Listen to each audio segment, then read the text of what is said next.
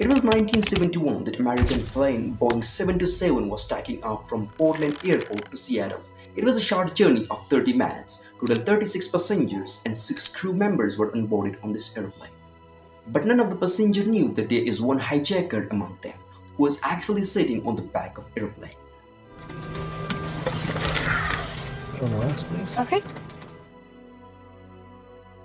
A man, D.B Cooper, who was apparently looking like a businessman, wearing black shirt, a tie and sunglasses. This hijacker was actually sitting on the back of the airplane. As the plane takes off, just a few minutes later, then Cooper introduced himself to an air hostess there, whose name was Florence Sharpner. Then Cooper gave her a letter. When the air hostess opened the letter, it was clearly written, "Miss, I have a bomb and I want you to sit by me."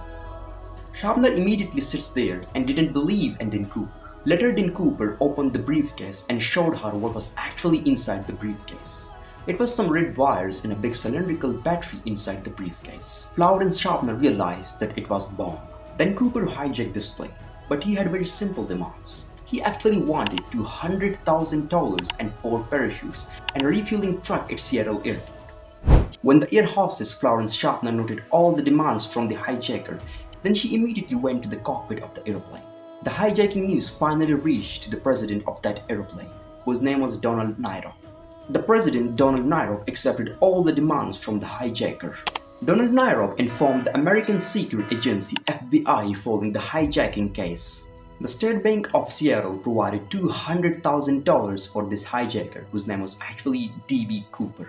It was actually a short flight of 30 minutes, but eventually it took 3 hours to land on Seattle Airport. When the plane landed at Seattle Airport, then Cooper was given a cash of $200,000 and 4 parachutes at Seattle Airport. Cooper failed to specify the denomination of the ransom money, and the $200,000 is made up of $20 bills. When the plane landed at Seattle Airport, then Cooper allowed all the passengers to leave the airplane as soon as possible. Dan Cooper's all demands were successfully completed, but he had still one final demand. He wanted the pilot to fly the airplane straight to the Mexico City. As the plane started moving towards Mexico City, then Cooper had a final call to air hostess. Then Cooper made himself ready to dive from the airplane.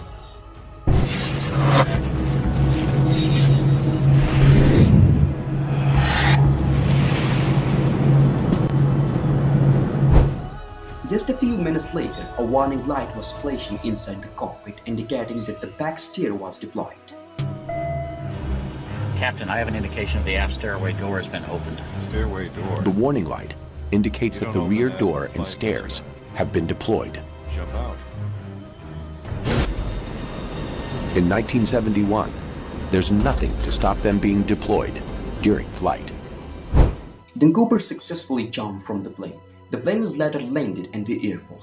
The American police started an investigation, but they just found a cigarette, a tie, and some torn parts of the parachute inside the airplane.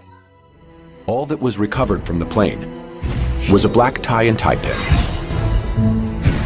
a sports parachute, and an opened safety chute, plus Cooper's cigarette butts.